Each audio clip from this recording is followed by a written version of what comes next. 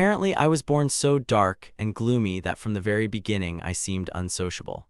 My parents decided not to waste any time, and from the cradle they matched me with a future wife. Frankly, I doubt I'll ever be able to get married with a character like that. I don't know whether I should consider this a curse or just a feature of my destiny. Although Shen Tang Tang and I were born on the same day, we turned out to be complete opposites. Since childhood, I preferred quiet games alone, avoiding noise. But Shen Tang Tang was completely different, noisy and emotional. She could cry endlessly and only calmed down when she was next to me. I think her mother was already starting to go crazy from her daughter's endless crying. Probably at some point the parents' patience simply snapped. It had become a tradition to send Tan Tan to our neighboring house every morning. It sounds ridiculous, but that's how it was. As soon as she saw me, she immediately stopped crying, as if the tears dried up on their own.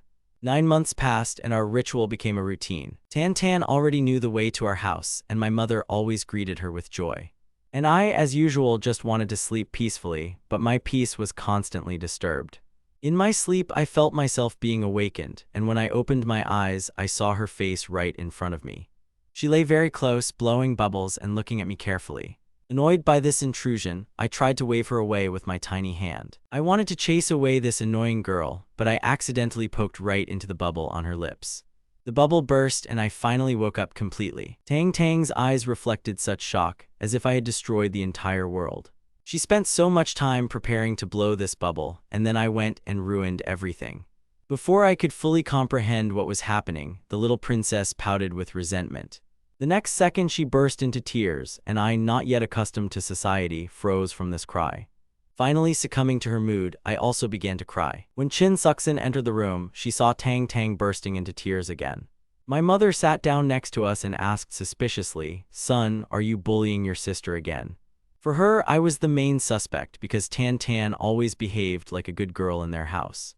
I wanted to shout back that I wasn't that bad, but I didn't know how to speak yet. My mother still didn't understand my attempts to justify myself, although she tried very hard. But she seemed to have grasped the essence of Tang Tang's grievance and ordered me to protect her in the future. She sternly added that offending girls was the last thing she should do.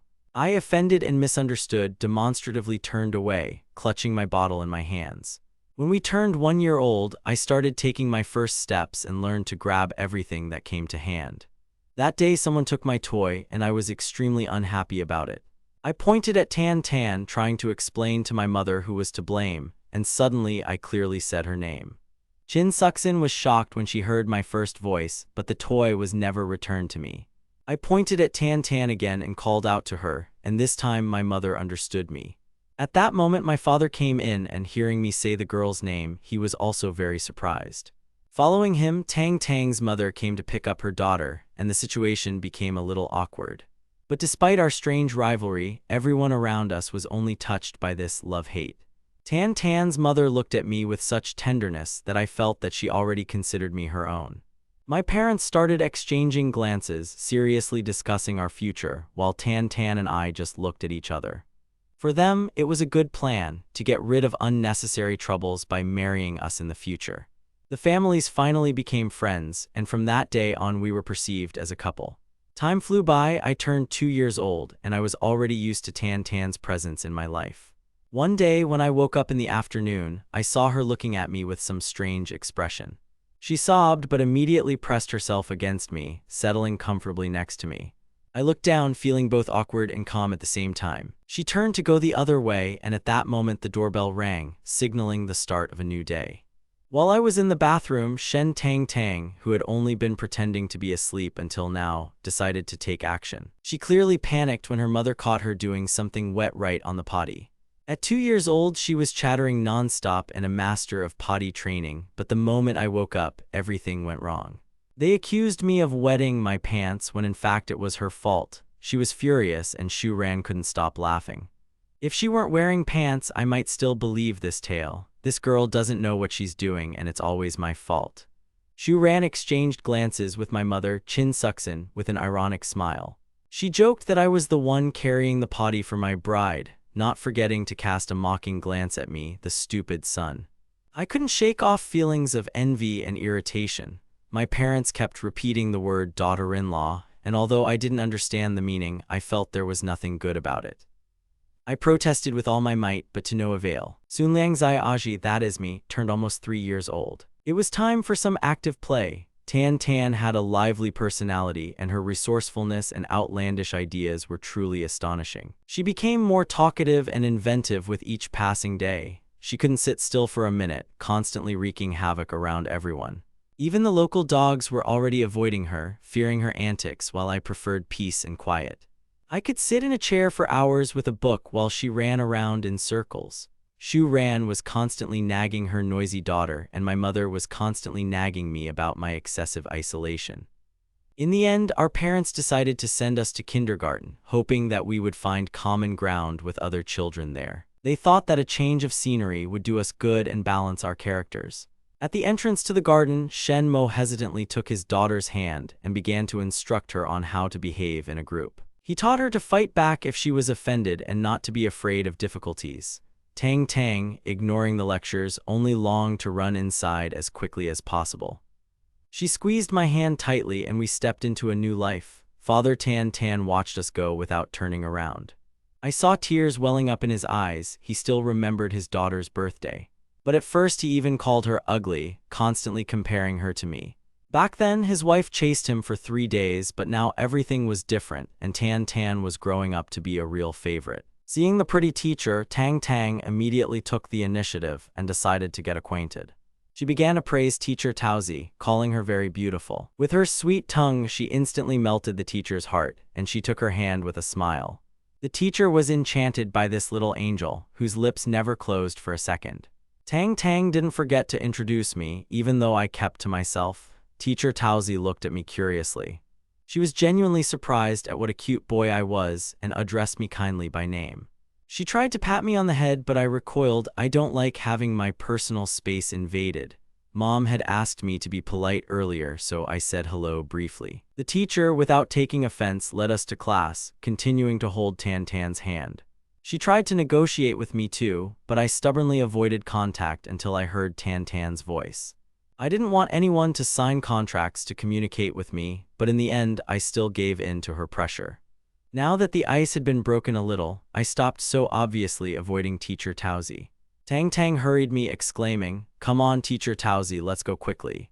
She couldn't wait to be in the center of things and play with the other kids. The teacher just laughed at our contrasting pair. It turned out that we both loved company, even if we showed it in different ways. She led us to a group that was already full of children. Tan Tan was delighted by the noise and bustle, while I was deeply dissatisfied with such a crowd. It was unbearably loud for me, and the teacher had to help us with seating. Tang Tang immediately asked to sit next to me, declaring that she would protect Juju. At home, my parents taught me to protect her, but Tan Tan seemed to have turned everything upside down, deciding that I was the one who needed protection. And how could I refuse such a sweet creature? They sat us next to each other, and there was some plump boy sitting next to us. This fat guy took up so much space that he was sitting almost facing us, with a ridiculous fluff on his head. Tan Tan looked at his hairstyle in bewilderment, and he didn't even notice our presence. Without thinking twice, Tang Tang reached out and tugged his hair, once, twice, 3 times. After repeating this several times, she began to become noticeably nervous. There was a sharp slap. It turned out that the fat man was the local tyrant of the class. He was clearly spoiled too much at home, so after getting hit on the head, he didn't immediately dare look up. Tang Tang realized what she had done, and her determination evaporated. Having assessed the scale of the offender's figure, she quickly climbed onto the table and pretended to be fast asleep. The fat man turned around but saw only the sleeping Tang Tang. I continued to sit next to him, immersed in my book. I lazily glanced from both of them to those around me, observing this circus. Finally, the fat guy turned his attention to me. He pointed his finger in my direction and declared, "You hit me," even though I hadn't even looked up from the table. Shen Tang Tang was so scared that she didn't even seem to realize that she had given herself away. The fat man jumped up, shaking his fists, and swung at me. Tang Tang was speechless in surprise. I couldn't let him behave like that, but she managed to stand up and shout loudly, "Master Taozi is here." The fat man fell for this trick. While he was looking around, deceived by her shout, Tan Tan took advantage of the moment to grab my hand and pull me out of this mess. We ran as fast as we could until Teacher Towsy finally caught up with us. The fat man, realizing that he had been played, went berserk and started yelling at the whole class. He clenched his fists and rushed after us. Hearing the noise, Teacher Towsy hurried toward us. She called all three of them in for a debriefing. The fat man, drooling, blamed me. He shouted that I struck first, but do I really look like the type to start a fight? I simply looked away, not wanting to stoop to making excuses, and Tan Tan hid her hands behind her back. She straightened up and looked at her teacher with such an innocent expression that she, of course, melted. Teacher Towsy leaned toward her, quietly and kindly explaining something. She started talking about how bad it was to fight and asked us to apologize to Jingyang. That was the name of the fat guy. Tan Tan got ahead of me. I'll apologize to him, and bowed demonstratively. She sincerely asked for forgiveness, trying to make amends for the blow, but Fatso was adamant. He still insisted that I be the one to apologize. Teacher Towsy turned to me again, waiting for the words. She even tried to prompt me, but I just silently refused. Apologizing for something I didn't do, don't even think about it. I had a quiet and decent appearance, so my stubbornness came as a real surprise to the teacher. No one, not she, not even my parents, expected that I would cause so much trouble on the very first day. As a result, the parents were called to the kindergarten to resolve the incident. Tan Tan, seeing the adults, immediately realized that the situation had gotten out of control. She didn't wait for questions and blurted out, "Don't blame Juju, it's all my fault." The girl twirled her finger in her hands, looking guilty. My father was about to lecture me, but when he heard Tan Tan take all the blame and how touchingly she held herself, he immediately cooled down. They decided that we were great, and of course, they couldn't believe that she was deliberately abusing the child. Tang Tang's eyes shone with innocence as she began to explain her version of events. She quickly got out of it, claiming that her hands were just naughty and had a life of their own. I knew she was just fixing his hair or tugging it as she pleased, but to my parents it looked adorable. Jin Suksin gently asked her what really happened. Tang Tang turned on all her charm. "I just wanted to help him grow his hair," she said, pointing to Fatso's bald head. I couldn't help but chuckle, and Jin Suksin could barely contain her laughter. The teacher suggested that we apologize officially, and Tan Tan, without hesitation, agreed again.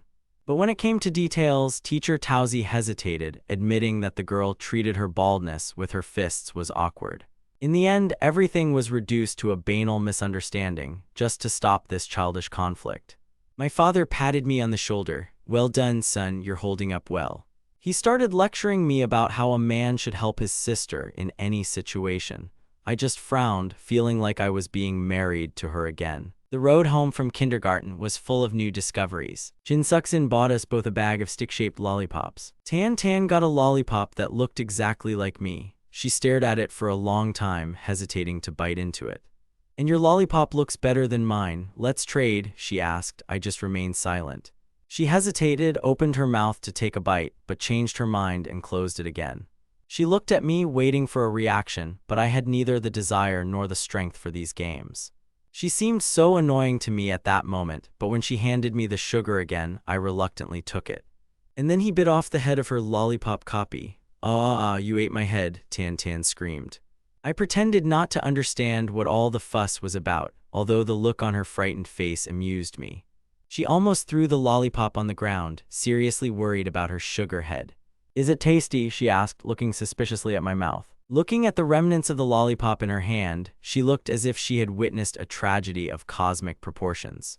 Seeing her face, I decided to take pity and handed her what was left. Tang Tang's eyes immediately lit up. She took the rest of the lollipop without any regret. It seemed that her psychological pressure had evaporated as quickly as it had appeared. Tan Tan didn't want to keep the figurines that were created in my image, as if she was embarrassed to continue this game.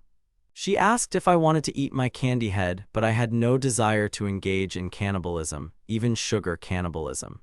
However, she continued to politely and completely inappropriately insist on talking, even though I was clearly showing that I was not in the mood for conversation. In the end, she happily shrugged her shoulders, gathered the remains of the figurines in her palms, and ran down to her parents. Tang Tang, apparently not yet realizing what she had done in the garden, immediately hugged Jin Suksin's thigh. "Susan, can I stay overnight with you tonight?" she asked, looking into her eyes. My father looked at her with such pity that he immediately replied, "Of course, dear." Chin Suxin beamed. This girl spent almost all her time with us anyway, so it had become a habit for her. "I'm going to sleep with Juju," she declared. I shuddered inwardly. No, not that. I stood there with an expression that made the resistance obvious. "I actually like sleeping alone," I tried to protest. "I promise I won't steal your blanket," she blurted. It didn't solve the problem, but her enthusiasm was unstoppable. I remained silent, gritting my teeth, and she suddenly frowned, noticing my displeasure. "You really don't want to?" she asked, a flicker of fear in her eyes. She was clearly worried that her parents would find out about her behavior at school. I imagined Shu Ran scolding her, and I felt uneasy. Chin Suxin and my father just laughed at our drama. The girl was afraid to return home under her mother's hot hand. "Don't worry, we won't tell Mom and Dad," I promised, trying to reassure her. Her eyes lit up. "Thank you, Susan, you're the best." But as soon as we sat down at the table, the conversation took an unpleasant turn. "What?" the mother asked again when the conversation turned to kindergarten. "That girl hit someone in kindergarten." Shu Ran's voice suddenly turned menacing. All eyes turned to me with disapproval. I blushed with shame and anger. "Don't say that," I muttered, but the truth had already come out. Her parents argued over whether she had done it on purpose, but Tang Tang stubbornly denied any malicious intent. Chin Suxin and Shang Yancheng watched the scene with concern. "No, you did everything right," they tried to smooth things over. For the first time, Tang Tang had to admit to her school meltdowns. Shu Ran touched my head and an icy silence fell over the room. "Shen Tang Tang, come here," Shu Ran thundered. "Susan, help me," the girl begged. She screamed, and Chin Suxin immediately rushed to protect her. "Come on, isn't it normal for kids to fight?" They tried to calm Shu Ran down, reminding her that it was only the first day. Shu Ran was seething with anger. "Juju, tell me honestly, did she do this on purpose?" she asked, demanding the truth from me. She didn't mean to, really," I replied, trying to cover for her. She no longer pretended to be asleep and lowered her head guiltily, asking for forgiveness. What more could Shu Ran want? However, she was prepared to find a way to punish her. Tang Tang, hiding behind Chin Suxin, burst into tears. Chin Suxin winked at me subtly, giving me a signal. She wanted me to take Tan Tan into the next room. Who would have thought that I, such a quiet boy, would help her hide? But under my mother's protection, she was safe. Tang Tang reluctantly went to finish her dinner, and then followed Chin Suxin to our room. The girl was still shaking, afraid that she would be taken home for a debriefing. Chin Suxin pulled me aside and asked quietly, "Juju, do you really dislike Tang Tang so much?" I remained silent, unsure of what to say. Chin Suxin only sighed heavily. "Okay, Mom understands. If you don't like it, then I won't force you to play together anymore. There are plenty of other children in the garden. You can find friends you like and Tan Tan will play with someone else," she finished. I pressed my lips even tighter. As soon as I imagined that I would be left alone without this noisy tail, for some reason I felt uneasy. "Actually, she's not that annoying," I managed to say. "I'm sorry, Mom, I was wrong," I added, admitting that my silence was stubbornness. I knew I did it on purpose to annoy everyone, and now I felt ashamed. "Okay, if you understand, don't do it again. Go comfort her," Mom said. In fact, everything inside me turned upside down. This stink became an integral part of my life. Mom couldn't hug me, but she helped us both get ready for bed. She put us on the same bed, despite all my protests. My protest, of course, was ignored, and that was just what Tan Tan was waiting for.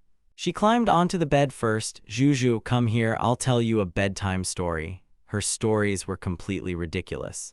She didn't have time to finish 2 words before she instantly fell asleep, scattering all over the bed in all directions. She even started snoring slightly. I frowned, looking at this miracle.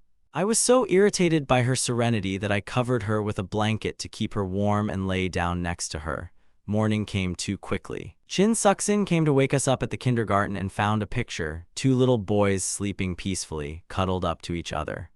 She couldn't resist taking out her phone and taking a photo. The sound of the shutter woke me up. "Mom, what are you doing?" I asked, but she just waved me off. "Nothing special."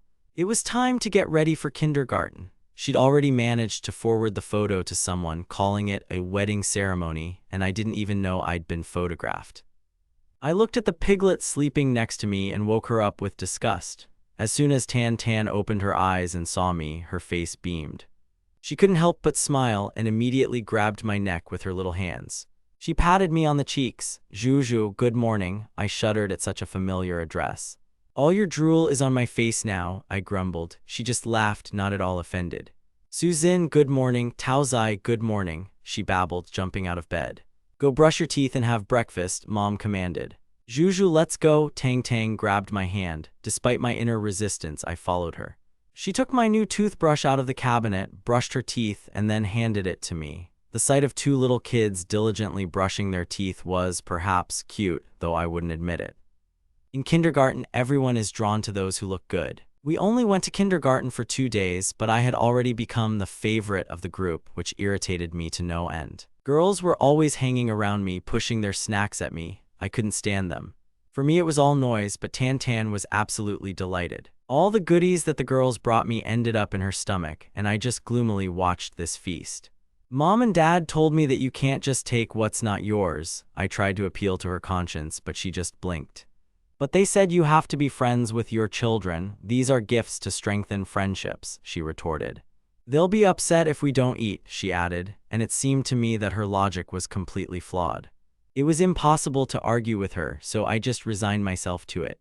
Her purse was always full of food, and every trip to the garden turned into torture for me. The girls wouldn't leave me alone. Sheng Yunju, let's read together. Let's play. I answered with a short no, but that didn't stop them. They did not calm down. Sheng Yunju, I like you so much, I'll marry you when I grow up, one of them declared. I almost cursed, but I couldn't refuse politely. Suddenly, a loud protest was heard nearby. No, no, no. Tang Tang struck a pose. He lives with Suzin, eats her food, plays with her toys, and sleeps in her bed. He's busy. She told them he could only play with her and ordered them to find other suitors. The children were dubious, but I just sighed. After all, I really just wanted silence. Tan Tan looked at the girls triumphantly. Did you hear that? He doesn't want to play with you. Tears welled up in their eyes. There was a lot of drama in the classroom that day. The children were crying. The teacher tried to sort it out, but in the end she could hardly contain her laughter.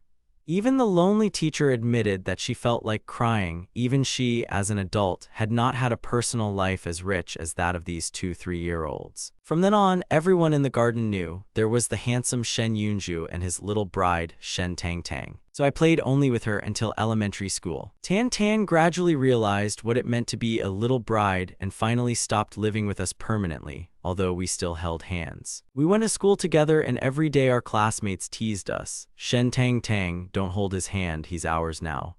One day, out of habit, I grabbed her hand as I was entering the house. Tang Tang stumbled. She fell and oh horror, her baby tooth fell out. She opened her mouth, looking at it in horror. The doctor we ran to calmed her down, but she was in a panic. Oh my teeth, where are my teeth? She wailed incessantly. There was an empty hole in her mouth. I picked up her tooth from the floor. I'm sorry, I didn't mean for this to happen. Don't cry, okay? Do you want me to not hold your hand? I tried to console her, but the tears were pouring out like buckets. What can I do to make you stop crying? I begged. I was ready to do anything to make her shut up. As long as you don't cry, I'll agree to anything, I promised. She wiped her eyes, looking absolutely pathetic. I want you to wear a dress, she suddenly said, pointing to an outfit hanging on the balcony. Don't even think about it. My face instantly froze. This was absolutely impossible. I would never, under any circumstances, wear a dress. Tang Tang covered her mouth with her hand, stifling her laughter. Another second and I was ready to growl with indignation, but she said, then I'll put it on myself. Tears of pure terror welled up in my eyes. Then I'll help you, she added, and I had to obey. Tang Tang shed a tear for a moment, but then her anger turned to mercy. Go help him find a dress. Jojo, you're so handsome. Like a real princess, she added, and so when I was forced to change. Tan Tan spun around me happily, and suddenly a flashlight flashed in the doorway. Chin Suxin was standing there filming us on her phone and smiling contentedly. My face, at that moment, was frozen in mute shock. Don't take it off quickly, I shouted, realizing that she was about to call her grandmother to have her evaluate the suit. It's impossible to delete. It's a classic, Mom replied. She was planning to take a whole collection of photographs. God, my son is so handsome. If I show this to anyone, everyone will believe I had a daughter. I was furious mixed with deep sadness. Susan, look at me. Tan Tan, on the contrary, ran towards her with delight. Wow, how beautiful. She looked at the phone screen, then at me, and the longer she looked, the more she became convinced that I was the spitting image of a little princess. If he were a prince, he would definitely marry me, she declared. Chin Suxin, ignoring my face flushed with shame, only laughed. Susan, when will you process the photo and show me the picture, okay? She was full of enthusiasm. Having said this, my mother took a couple more pictures and ran away, leaving me in this shame. We looked strange in the photo, two little kids holding hands. One in a dress with my gloomy face, the other with a beaming smile. 3 years of kindergarten flew by in the blink of an eye. After the summer holidays, we became first graders. The elementary school was just nearby.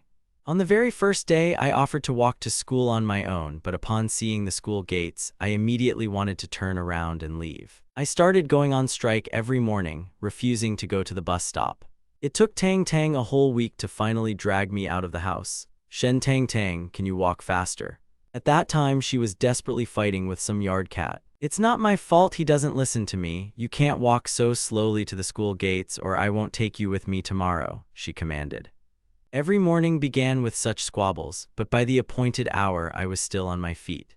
I know, Tang Tang sighed, bowing her head. She was upset about having to go back to elementary school and wanted to go back to kindergarten. Who would save her? Apparently, she'd have to drag her fiancé to class again. As we approached the gate, we heard familiar laughter from behind. Tang Tang's spirit immediately perked up. Dog eggs, you can't intimidate Jojo. She turned around and pointed a finger at the offender. Don't call me that, the fat man shouted. His name was Zhu Jingyang, but he still couldn't write it. The two characters of his name sounded similar to dog's balls. Naturally, I picked up the teasing tone. Tan Tan yelled at him while I stood next to him. The fat man was furious, his face flushed. He couldn't find what to say and rushed at us with all his might. Tang Tang didn't have time to dodge and fell to the ground with a crash, hitting her head. The fat man was scared to death. She won't die, right? I didn't mean to do this, he yelled, looking at the lying Tan Tan. I was also scared. Shen Tang Tang, get up, don't be late for class, stop lying around already. My voice trembled with terror, more so than the doctor's. I was about to call for help when suddenly, the man on the floor suddenly opened his eyes. Ha ha ha, I fooled you all, she laughed. I got angry looking at this actress. Shen Tang Tang, you're overstepping your bounds. Is it fun to lie to people like that? She looked at my eyes, reddened from crying. Jojo, were you crying? I'm sorry, I just wanted to scare that fat guy. I wasn't crying, you got it all wrong. I instantly regained my former appearance, tears in my eyes, hurt on my face. Zhu Jingyang realized he'd been played and fled in horror. It was time to go to class. I extended my hand to help her up, but Tan Tan didn't even move, remaining lying on the ground. If you don't want to get up, then so be it. Then lie here, I said and walked away. Tan Tan was taken aback. She didn't expect me to actually leave. She was about to get up, but her arms hurt. I walked quite a distance away. Turning around, I saw that she was still lying there. I couldn't stand it any longer and trudged back. She looked up, stunned. Upon seeing me, she suddenly, for no apparent reason, screamed and burst into loud tears.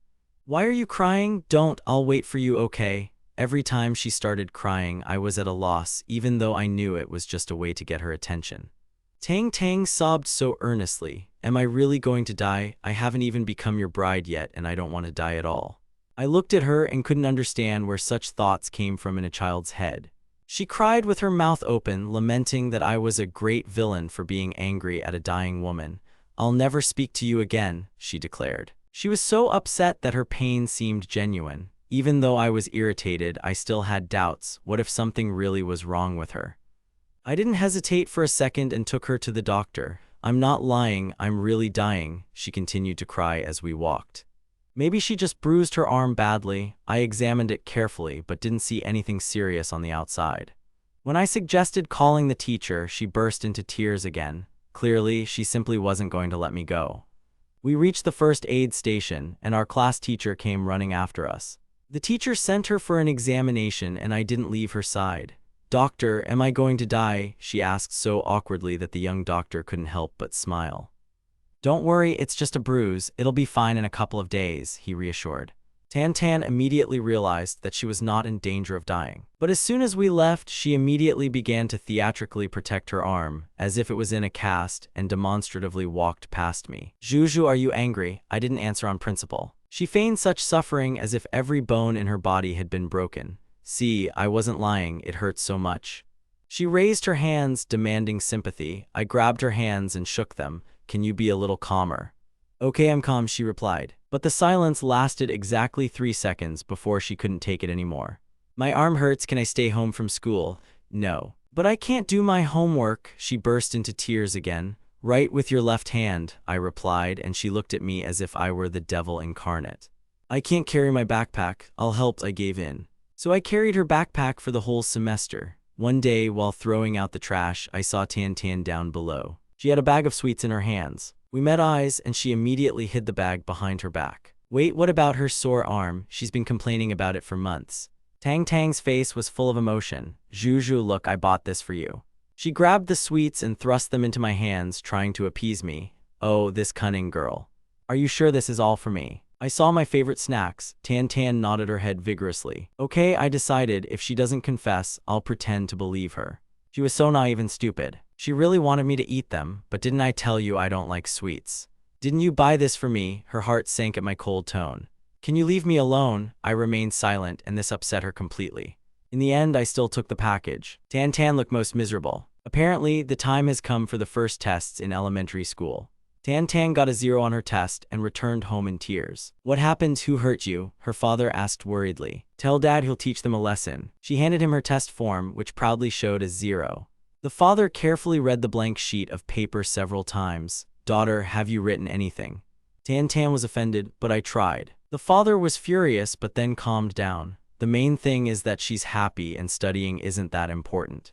He was trying to come to terms with the idea that his child would not become a great scientist, but would one day go off to college and leave it. Her bag was filled to the brim with food. I looked at the chaos on the bed. You have so many bags, I won't help. She stroked her teddy bear and began to eat as she walked. The bag was emptying, but I was determined not to help her.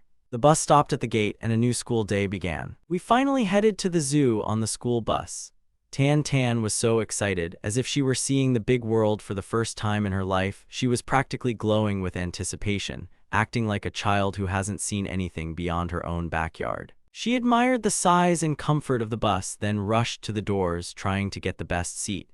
The other girls in the class glanced at her enviously because everyone wanted to sit with me, but as usual, I was reserved by Tan Tan. At first, she looked out the window with rapture, but literally after a few minutes, her enthusiasm gave way to pallor. She began to feel very sick on the road. She clung to me, becoming so clingy and weak. If you're feeling unwell, just close your eyes and sleep, I muttered, though inside I felt uneasy at the sight of her.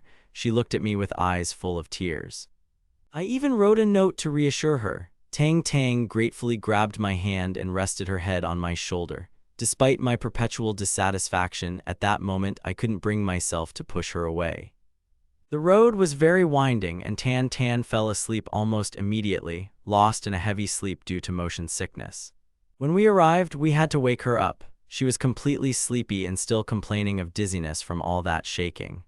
I took on the role of shepherd and led her by the hand so that she would not get lost in the crowd of schoolchildren. Our entire class was divided into groups under the supervision of teachers, but as soon as Tan Tan came to her senses, she began to rush from one enclosure to another. She was running around like a little bee, trying to be everywhere, and I, being the eldest in our pair, ran after her, constantly urging her not to run too far. I followed her closely, reminding her to stay safe until she was completely exhausted. By the middle of the journey, her bag had become so heavy that she simply collapsed to the ground, refusing to move any further. I crossed my arms over my chest. Don't even think that I'm going to carry your luggage. She patted the spot next to her. Sit right here on the ground. What are you standing there for? I want to eat everything in my bag before we go any further, she declared. My face turned black with frustration at this plan. There was no one around and we fell behind the group. I panicked, trying to figure out what to do because they might be looking for us. I really don't remember where they went, she blinked, feigning utter helplessness. I was ready to grind my teeth in anger. Okay, give me the bag, I'll help, I gave in. Tan Tan immediately jumped up, handed me the bag, and gave me a beaming smile. Juju is the best, I knew you wouldn't leave me. I just sighed. I knew she was manipulating me, but I couldn't do anything about it. We approached the panda enclosure and I tried to calm down. The giant panda was just chewing on bamboo, comically grabbing it with her paws. Eat faster, Tan Tan, what are you staring at? I urged her. But she stood there, clinging to the bars of the enclosure, looking as hungry for impressions as a panda for bamboo. I couldn't help but say, "Your greedy expression is just like that panda's. Are you waiting for me to tell you how cute you are?" "No, I mean you're just as stupid and gluttonous." She didn't even seem offended, ignoring my words. "I don't care, they're so cute. I want Uncle Shen to give me one." "They're a national treasure, you can't give them away, you'll go to jail for that." I began to lecture her on what rare animals are. "You don't even understand how stupid it is to ask for a panda as a gift," I scolded her, but she only smiled happily.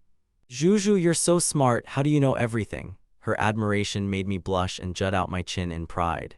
"You just don't read enough books," I snapped, even though I knew she'd prefer cartoons to any textbook. We wandered around the zoo until the evening, looking at peacocks and other animals. On the way, Tan Tan imitated animal cries, and it was so ridiculous that I handed her a bag of snacks. "Here, you must be hungry," I said. She looked surprised. "Are you afraid I'm hungry? But I just ate." "I can't eat at night," she declared, patting her belly. "Just take it, you're making too much noise." She started chewing something incessantly, and I realized there would be no silence. She decided to play with herself while I watched her. She ran off to play with the other boys, and I stood aside, feeling my mood deteriorate. I felt bad seeing her flirting with others, and I was silently angry. She was so excited, waving her arms, jumping. The journey back was complete silence on my part. I was offended, and she was too busy playing to notice. It was only on the bus that she suddenly remembered my existence and asked why I was silent. "Are you angry?" she asked. "No," I answered coldly. "You're clearly angry, stop lying." She continued to pester me until I barked, "Can you shut up?" My sharp tone frightened her, and she immediately became quiet. She was stunned, and tears immediately sprang to her eyes. A pang of regret immediately pierced my heart. I wanted to apologize, but I lowered my head, not knowing how to begin. I wanted to speak several times, but I couldn't get a word out. We sat in silence until we arrived at school. Finally, she plucked up the courage to say something. But as soon as she opened her mouth, she jumped up like a frightened rabbit. "I went home first," she shouted and ran away. Her father was waiting for her at the gate, worried that she had not eaten, and she, forgetting everything, rushed to him, nodding her little head. It seems that Father Tantan was too detached from reality while trying to console his daughter. "You have such thin arms and legs, don't you? Papa made you some meat, you can eat it later," he said. Tantan simply thanked him. Without waiting for her to open her mouth, Shen Tangtang immediately ran to her room. Her mother watched with obvious bewilderment. Normally, I would have heard her screaming happily for food, but today was different. The next morning, I stood at the door of Shen Tangtang's house. After a moment's hesitation, I knocked. I had come to wake her up so she could go to school. They told me she had already left. I knew what that meant. She was deliberately avoiding me. I was disappointed. After breakfast alone, I wandered into school and headed straight to class. I saw that Shen Tangtang was already seated. She noticed my entrance and her large eyes flashed for a moment. But then, like a frightened rabbit, she turned away. My mood plummeted, I grew gloomy and simply walked past without saying a word. I took a bottle of yogurt from my bag and silently placed it on the desk in front of her, but I couldn't apologize. She sat pressed tightly against the edge of her chair. She didn't touch her yogurt or even look at me. During the very first lesson, the homeroom teacher introduced the new student. She was very sweet. The teacher asked who wanted to sit with the new girl, and Shen Tangtang was the first to raise her hand. I frowned. She used to be so loud, always wanting to sit alone, and now she suddenly wanted to be with someone else. Shen Tangtang played with the new girl all day. I watched them many times that day. But to her, this girl was just a new friend. Tantan didn't even turn her head in my direction. After school, I went home. She opened the door of her house, but when she turned around, she found me following her. "Why are you following me?" she finally asked, taking the initiative. "I'm sorry, I didn't mean to be rude yesterday." "Can you not be angry?" she asked. I bit my lip and remained silent. I wasn't going to forgive her that easily. I decided I'd sulk for 3 days. Today Liang Xiaoji turns 10 years old. We celebrate together because we shared the same birthday and our families throw a joint celebration every year. This time it was the same, a large cake shared by both families. Before blowing out the candles, one had to make a wish. Liang Xiaoji closed his eyes, opened them a second later, and said, "You may blow." Shen Tangtang looked at me eagerly, waiting for an answer. "What wish did you make, Zhuzhu?" "My wish is to grow up quickly," I replied. "So there won't be exams or homework," Chin Suxin laughed. Tang Tang's mother was embarrassed, noting that making wishes out loud was bad luck. Tang Tang was suddenly at a loss for words. "Can I make another wish?" she asked. Of course she couldn't. "One wish, one time. Come on, little head," I chuckled. Although I was a little upset that the secret of my wish had been revealed, I decided that I would make the wish again next year. The sadness quickly passed. I watched Tang Tang with curiosity. I made my wish and she looked at me with such surprise. Everyone around her kept saying that if you say your wish out loud, it won't come true. Tantan stopped asking. Jin Suxin laughed, interrupting our conversation. "Juju, haven't you prepared a gift for Tantan? Come on, show it to me," she nudged me. I took a small box out of my pocket and handed it to her. "Happy birthday." Tantan opened the gift curiously. Inside was a small gold lock with an elegant engraving of Tang. It was a commission from my mother, Jin Suxin. I had exactly the same one but with the inscription Joe. "Oh, how beautiful," she exclaimed. Tang Tang was delighted. She couldn't wait to show off her gift and she reached into her bag. She took out a gift for me. "I also prepared something for you. After all, we are one. These are 2 wooden dolls." The dolls were carved to resemble us. The resemblance was astounding, at least a 7. She gave me the boy figurine. I dumped my girlfriend for this gift, but it was my choice. Jin Suxin watched us with satisfaction. That exaggerated smile of hers, it was as if she'd already seen us at the wedding, exchanging rings. Incredible. I tried to ignore my mother's games. I suspect Tang Tang isn't like her. They've simply spent a lot of time together and Tang Tang has picked up her dramatic streak. I carefully picked up the doll. After lunch, we went to the beach. Tang Tang emerged from the locker room in a beautiful swimsuit. A little later, she saw me emerge in a pair of Superman swim trunks. Jin Suxin insisted that I wear them. I felt awkward and embarrassed. Mom just laughed and I felt small and stupid. She made fun of me for being shy, but of course I would never admit it.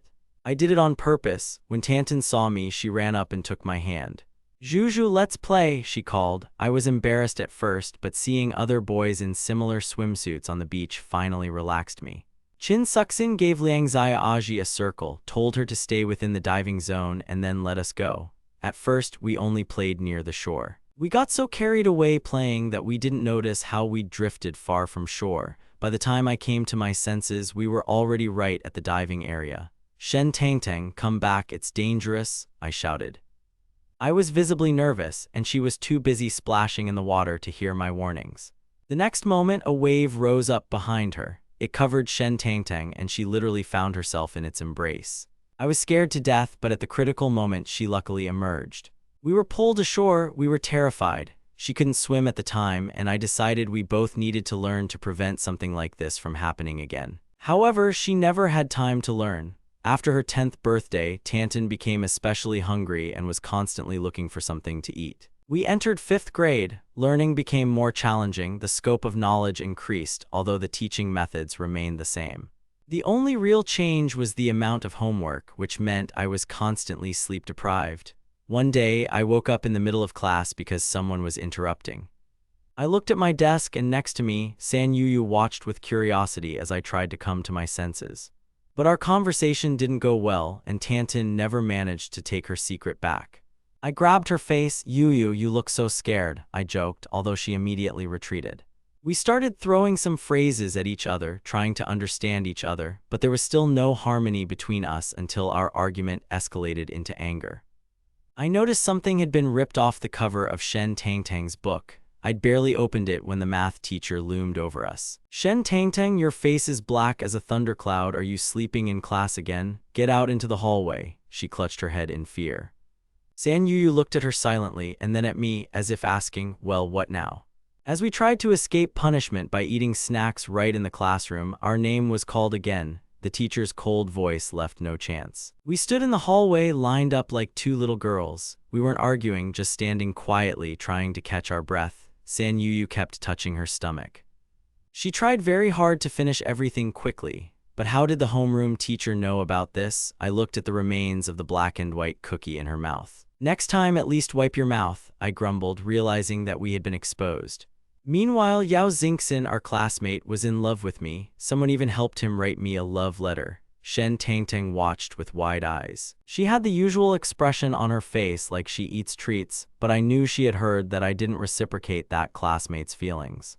It was awkward for everyone, especially when they started discussing whether the guy who transferred because of this incident would return. Shen Tangtang and I exchanged sympathetic glances. Sang Yuyu was also lost in the same thoughts. Suddenly, clouds seemed to gather above us. The teacher appeared out of nowhere and his face did not bode well. He started scolding us. "You two are a real dragon and phoenix. One lesson you sleep in, the next you eat. Do you even respect teachers?" He demanded discipline and was outraged by our behavior. San Yuyu quietly asked Tangtan what he meant by dragon and phoenix. Tangtan's eyes lit up. "It's just like back in the Three Kingdoms, he's praising us." She said it so joyfully that I didn't know how to react. The teacher, hearing this, seemed ready to explode with indignation. It seemed to me that he was about to burst into flames with anger, but he remained silent, listening to our absurd conclusions. The teachers finally got the hang of our answers, and he decided that the only way out was to call the parents. This question caught me off guard. Summer holidays had begun. Father announced that his company had achieved success and was now moving its headquarters to the capital. "Husband, we have to move. I can't stay here," the mother said. "If the company moves, we can't be separated. Besides, the schools in the capital are better, which is important for education." I was holding a cup and standing by the door, accidentally overhearing this conversation. "They're moving." When Tantan came home after school, she didn't know anything yet. Shu Ran and Shen Mo were in a depressed mood. "Parents, what happened?" Tantan asked. They looked at each other and the father finally said, "Tantan, we are moving to the capital." She was shocked. "Is Juju coming too?" "Yes, his uncle Sheng is moving there too," they replied. The news came as a bolt from the blue. She tried to digest it, but the food wouldn't go down. I sighed and ran towards them, even forgetting to use my keys. I knocked on the door. When Tantan opened it, she saw me. I was excited. "Is it true? Are you leaving?" She grabbed my hand, demanding an answer. I didn't know how to say it myself. I just nodded. "What should I do if you leave?" she asked, so sad. She didn't know how to comfort me, and I felt broken too. "Who's going to copy my homework now?" I blurted out the first thing that came to mind. Tantan froze, looking at me with bewilderment. "Are you sad about your homework?" "Isn't that enough to be upset about?" I replied. My face must have expressed deep sorrow, and she left, stunned by my answer. Standing at the door of her house, I felt a strange heaviness, as if something was blocking my heart, and I didn't know how to deal with it. That night, all the things my family had packed were scattered everywhere. My mother knew how hard it was for me to leave Tintin, and she constantly reminded me that I simply had to say goodbye before leaving. I didn't want to impose myself and be rejected, but when I returned to my bedroom, I heard my mother's approval. Looking at me, she seemed to sigh with relief. After all, this place had been my home for so long. It's hard for a boy to leave familiar walls, and I couldn't just up and leave without saying goodbye. I returned to the room and took that purple box out of the drawer. It was my birthday gift to Shen Tangtang, the one I'd been so eager to give her. I sat on my bed for a long time, lost in my thoughts. The night flew by, and exhausted by fatigue, I finally made up my mind. Leaving through the front door was out of the question, so I climbed out through the balcony. Jumping over to Shen Tangtang's side, I carefully opened the door to her room. When I entered, I saw her sleeping. Her breathing was uneven, and her brows were furrowed tightly, as if she were tormented by disturbing dreams. I looked at her for a long time, afraid to move, and then quietly placed the gift on the edge of her bed. In my half-sleep, I heard echoes of something like flute music, as if some voice was whispering, "Don't forget, but don't try to go back." A strange feeling of connection with her wouldn't go away. It seemed as if my whole life was now inextricably intertwined with her fate. "Is this what you want?" I asked myself. "Does it make sense?" The next second in my dream, I saw myself hugging her tightly around the waist. She shouldn't have seen this. Suddenly, applause rang out in the hall, and Shen Tangtang woke up with a start, a look of complete astonishment on her face. She jumped up, meeting her mother's gaze. "You look dead," she joked. "What's your reaction? You scared me, old lady. Get up quickly, wake up," the mother laughed. It was time for us to head to the station to catch the high-speed train. Shen Tangtang couldn't shake off the feeling of guilt over her strange dream. What the hell was I dreaming? And that face? Does it really look so much like Sheng Yunju? Tangtan tried to push these thoughts away, blushing. There were still 2 days left before classes started, but my mother told me to leave early to get used to the capital. "Where will I live if I'm not at school?" she asked the logical question. Mom just smiled. "Don't worry, I've arranged everything for you." It turned out that new housing was waiting for us next to the future school. I was a little taken aback by the surprise when I woke up. Mom, did we buy a house in the capital? Tiantin asked. Mom just waved her hand dismissively. Which one should I buy? Your Uncle Sheng took care of it. He bought a villa right next to the school. You and Yunju will live there together. It'll be easier for you to look after each other. You're as beautiful as a flower, after all. You let me live with a boy, Tiantin exclaimed. Mama looked at her with feigned indignation. Don't be silly, people will only be happy. And when you were little, didn't you enjoy spending time with the Su Xing family, constantly messing around with Zhuju? Have you forgotten? Tiantin blushed involuntarily. That was when I was a kid. I'm grown up now. Do you really think he'll take care of me? It'll be good if he doesn't tolerate me at all, Tiantin muttered, biting her lip. I felt hurt because I hadn't seen her for ages. Mother just looked at her meaningfully. Don't talk nonsense about Yunju hating you. Believe me, he's just waiting to meet you, the mother retorted. Meanwhile, I was sitting in the living room with Father Tintin. Dad, why couldn't you have worked harder when you were younger? If I'd become a rich heir, we'd be living in a villa like that now, the one we bought ourselves. Who needs to be this poor sufferer? Father Tiantin laughed in response. It's better to be rich than to suffer like this for the sake of happiness, he added. Tiantin looked out of sorts. She was clearly unhappy with the whole moving situation. Deep down, however, a smile glimmered. It seemed as if we were moving from that small town to something important. More than 300 kilometers of travel. This was my first long trip to the capital on a high-speed train. As soon as we arrived, Shen Tangtang first grabbed the phone and called my mother, Qin Suxin. I asked Azhu to meet you. Can you see him? She asked. Tiantin's head lifted subconsciously. She glanced around. There was a crowd around, but her gaze immediately singled me out from the crowd. I stood right in the rays of light, waiting for her. It was as if everyone else had vanished. I hadn't seen her in years, and frankly, I was angry with myself for the long wait. Tiantin froze, phone in hand. She dropped her luggage and headed towards me. Handsome, did you wait long? Do I look like the one you wanted to see? Or should I not have come? Either way, I need to take you home. Save me from this chaos. Or should I go home with you? She chattered, and I just shook my head wearily, but with a smile. She tried to act confident, although her expression after that dream looked very suspicious. She clearly felt guilty for something I didn't yet know. What are you even thinking? Flashed through my mind. I suddenly decided to tease her. We grew up together. I know what you're thinking without even looking at you. At that moment, her face gave it all away. I frowned, though I didn't fully understand the reason for her embarrassment. She was clearly hiding something, but I didn't press her, simply grabbing her luggage. She laughed softly. How wonderful it was to finally meet again. Are you laughing at me? I asked. No, you heard wrong, she quickly replied. I covered my smile with my hand, pointing towards the parking lot. We headed towards the car.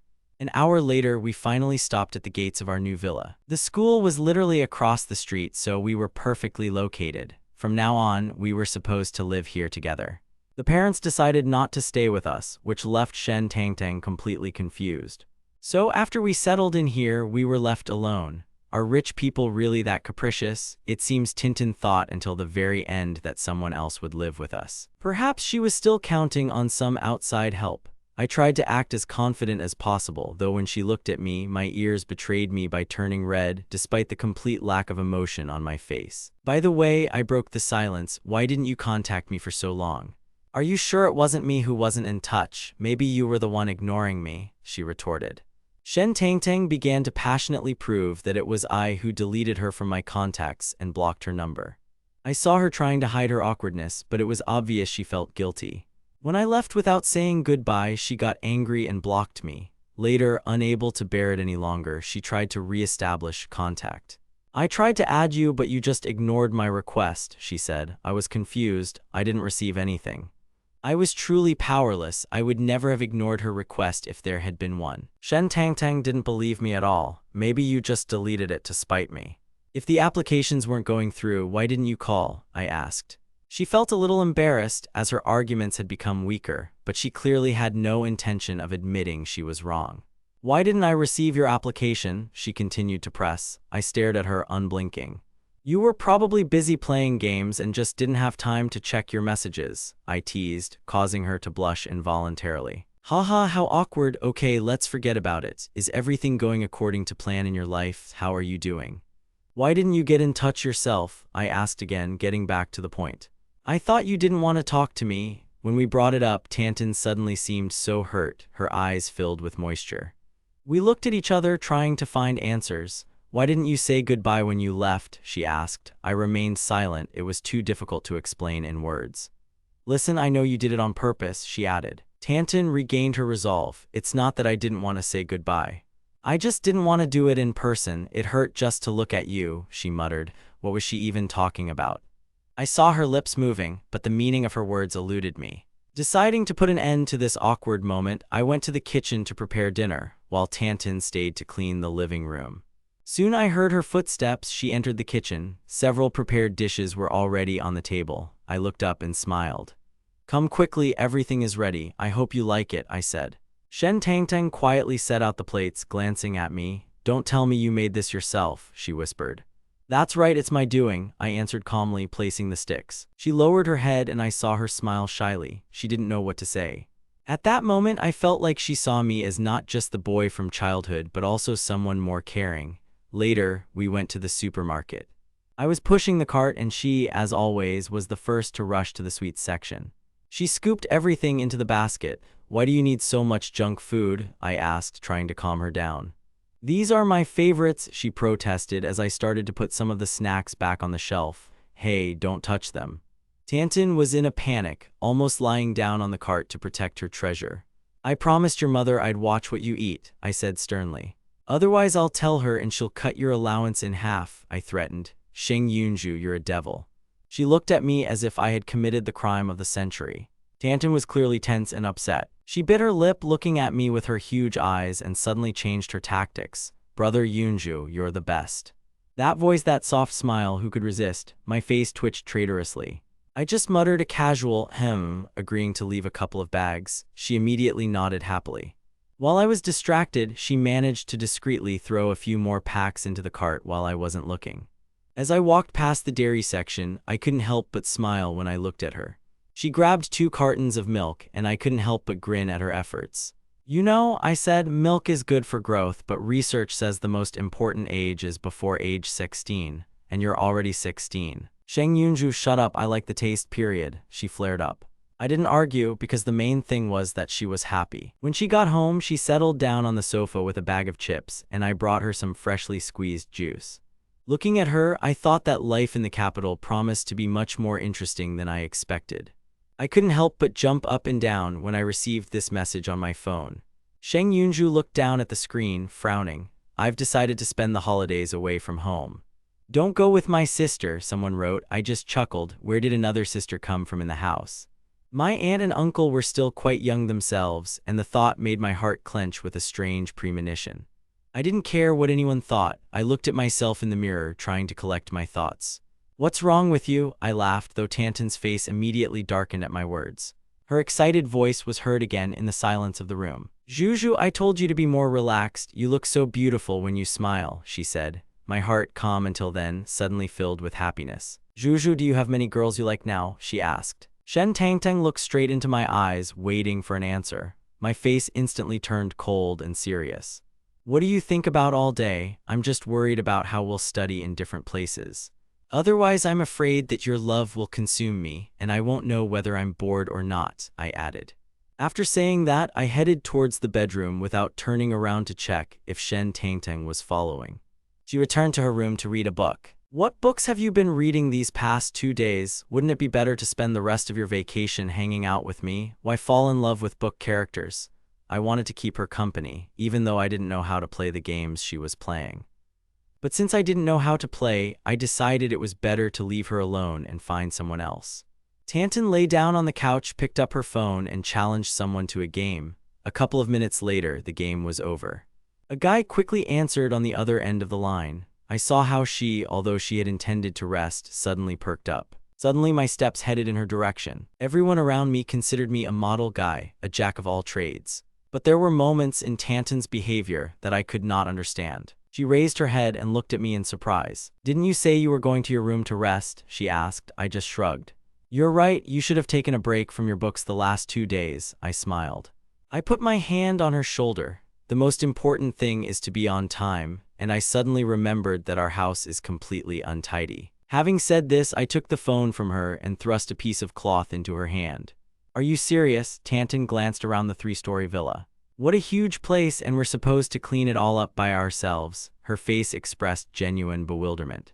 This is more than serious for me. I need someone to keep the place clean, and the living expenses will be deducted from your allowance. I remained firm, though Tintin gritted her teeth.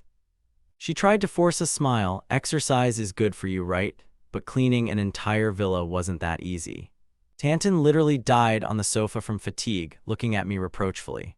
But now she definitely didn't have the energy to play games with others. Actually, the housekeeper came every week, but I decided to make an exception.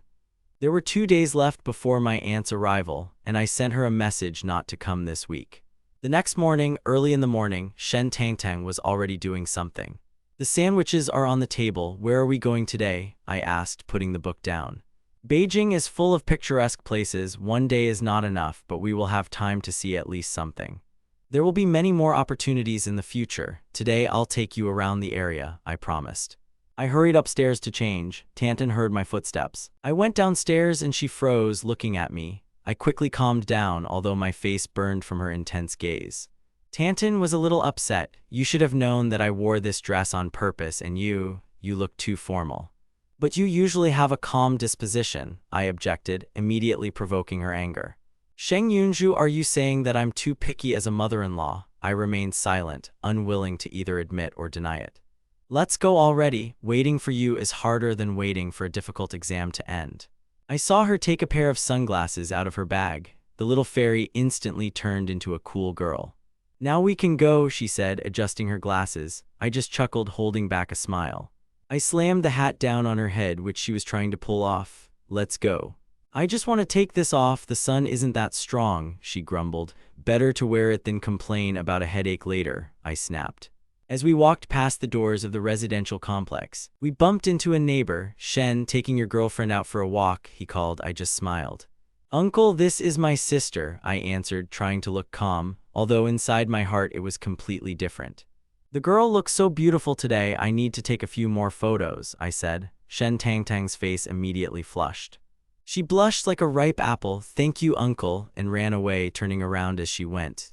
When we went out together, I heard him sigh, ah, youth is so wonderful. Half an hour later, Tantan stared at the mountain in front of us. She turned to me, bewildered. You really brought me to a real mountain? You said we were just going for a walk nearby. I usually go mountaineering, so it was logical that I chose a tracksuit and even got her a hat. It seemed she hadn't appreciated my straightforwardness until now. I tried to explain everything seriously. You'll understand everything once we reach the top. Come on, let's go.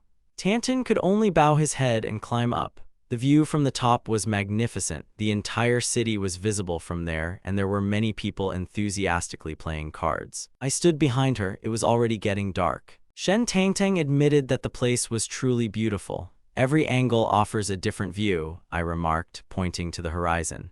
I offered her a choice of several well-known mountain destinations for our next visit. Seeing her struggling to decide, I decided to forgive her any whims. After all, she was the only one who was so genuinely excited about this hike. She suddenly took out her phone. Hurry, help me take photos. She began to beautifully style her voluminous hair. I took the last photo, and Tantan immediately posted it online. I'm so beautiful. She waited a long time for a response, and soon the messages came pouring in. Classmate Yunju is so beautiful. No wonder my brother Joe is as handsome as me. I want a solo photo next to this handsome man. Hurry up, don't beg me, she wrote, teasing me. Thank you, Shen Tangtang. Your face always looks dark in photos, but I'm a beauty. Do you even realize that? Praise me, she laughed. Finally, her father interjected, but I immediately sent back. Next time, remember, don't take pictures with someone prettier than you. No comparison, no harm. I'm fed up with this. Hurry up. Tantan was furious, or was she just angry at her father?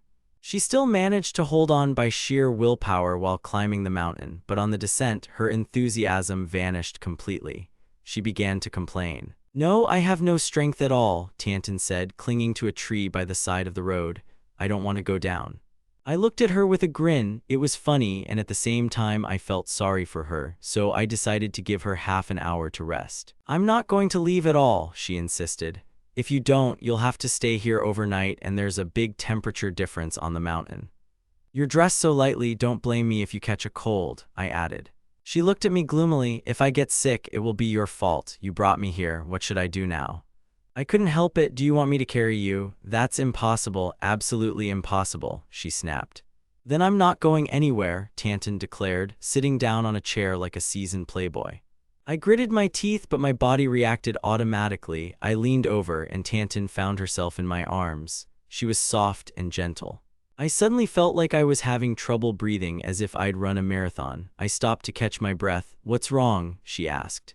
You won't fall, will you? No, no. Having said this, I carried her downstairs. At home, Tantan finally let go of me. Tantan, it's been so long, someone exclaimed. She looked at the people in front of her in surprise. Su Xing, Uncle Sheng, you're back. She greeted them happily and noticed a little boy. Is this little Ali so cute? This was Chin Suxin's second child, born in the capital. Shen Tangtang immediately hugged and kissed the baby. He tried to move away, following the rules of etiquette, but gave in. Instead, little Yan Kidu looked at me. Brother, take care of your girlfriend. I quickly reacted. Baby, do you know what a girlfriend is? Who told you she's my girlfriend? The child looked at me stupidly. He turned away, refusing to answer. Wei Xiaoli, you're not going to tell me the truth, are you? What if I really do become your daughter-in-law? We're family, and if I hit you, don't blame me, she babbled, unaware that her words sounded different to me. I glanced at her involuntarily. My face was expressionless, but something in my heart trembled. Chin Suxin and my father burst into laughter. No one considered her words untrue. The boy turned to her again. She never waited for an answer. This little one was just like me when I was a child, just as cold. After dinner, my parents left with little Ali. It was just the three of us, me, Tantan, and silence. Why does Ali think I'm your girlfriend? Tantan asked curiously. I kept my composure. I must have heard something from my parents, I replied, trying not to go into details. I suddenly turned around. What about you? You just said you'd be my daughter-in-law. Tintin was embarrassed. I just blurted it out. Don't take it to heart. You don't think I'm serious, do you? I have no ill intentions, she defended herself. At that moment, I remembered that strange dream, and my heart skipped a beat. I looked at her with a cold expression and went upstairs. Tantan nodded after me, perplexed. How could she think I was angry? Didn't she really believe what she was saying? Reflecting on my feelings toward her, I decided it was best to keep my distance. The first day of school arrived. I walked next to Tantan. Go first, I said. Why? She asked, surprised. I explained, I want to avoid any unnecessary trouble. I don't want people staring at me the moment I step foot in the school. Tantan agreed that it was best to keep her distance. So you'll be coming into the school building later, Yunju. I took a step back, the first step deeper into the classroom, trying not to attract unnecessary attention. Did you hear that? We've got a new transfer student and she's a girl, people whispered around them. Zhou Huyu glanced around the group. What nonsense, I thought.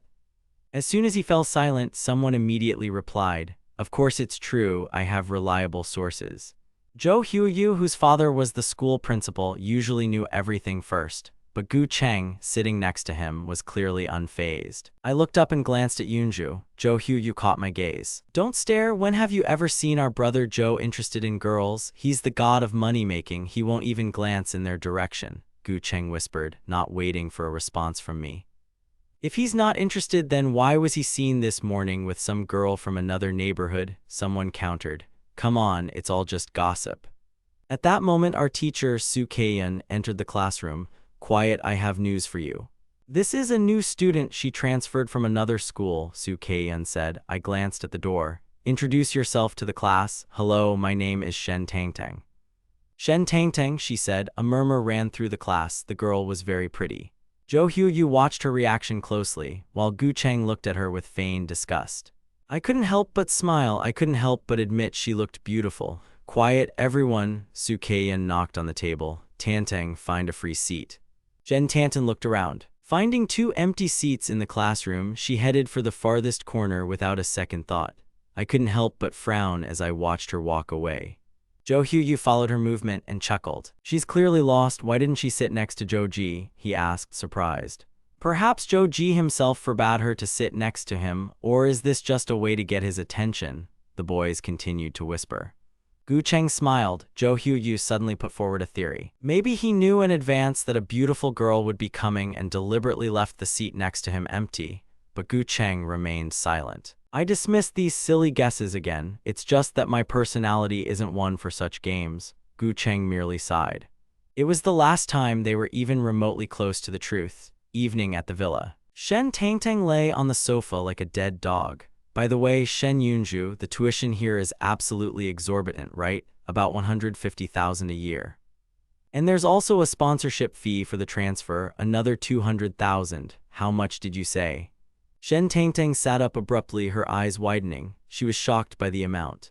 You said there was another zero at the end. She realized her parents had spent a fortune sending her here. My expression only confirmed her suspicions. She clearly heard right. I couldn't earn that kind of money in my entire life as a janitor, she muttered, feeling the heavy pressure of responsibility. Can't Bai Lang really make $1 million? I need to buy at least one book with that kind of money to recoup my investment. With a heavy heart, she opened her phone and started typing messages. Let's break up, phone, air conditioning, snacks, I'll marry the school so it can feed me. I, of course, saw what she was writing. Are you planning to go to university? I asked. You ask such questions. University is like an unattainable dream for me, she sighed. Jen Tanton shook her head. She had never seriously thought about it. Then start preparing for the entrance exams. Are you kidding? I don't think I should even try, she replied. Perhaps there is a school that is a little simpler. Of course not. I'm a man of principle. You have to dream, otherwise what's the difference between you and a fish? You haven't even tried, how do you know you can't do it? At least try. If you fail, at least you won't regret it. Well, I guess you're right. I wanted to continue, but she interrupted me. Do you want my parents' money to go to waste? Of course not. Okay, can I try? Just please stop pressuring me, otherwise I'll start studying just out of greed to get my money back, she exclaimed. The next day, Tanton walked into the classroom. I saw the girls huddled together and gossiping about something. He's so handsome. Yes, even every hair on him is perfect. Who were they talking about? Shen Tangtang couldn't resist asking, which only caused me to turn around. They were probably discussing one of their classmates. Isn't that a bit of an exaggeration?